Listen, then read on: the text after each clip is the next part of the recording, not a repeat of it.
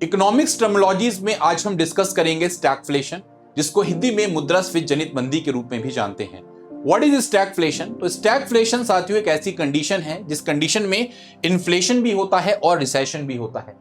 Inflation जब होगा अर्थव्यवस्था में तो याद रखें जनरल प्राइस लेवल हमारे लगातार बढ़ रहे होंगे, प्राइस लेवल बढ़ रहे होंगे। और अगर रिसेशन की बात करेंगे तो आपने सुना होगा रिसेशनरी जब फेज होता है ट्रेड साइकिल के अंतर्गत, तो उसमें एम्प्लॉयमेंट आपका कम हो रहा होता है, रोजगार कम हो रहा होता है, क्योंकि प्रोडक्शन कम हो रहे होते हैं। क्यों हो रहे होते हैं? क्योंकि लोग उस टाइम डिमांड कम कर रहे होते हैं। तो जब ऐसा होगा साथियों तो इकोनॉमिक ग्रोथ भी हमारी क्या हो रही होती है? कम हो रही होती है।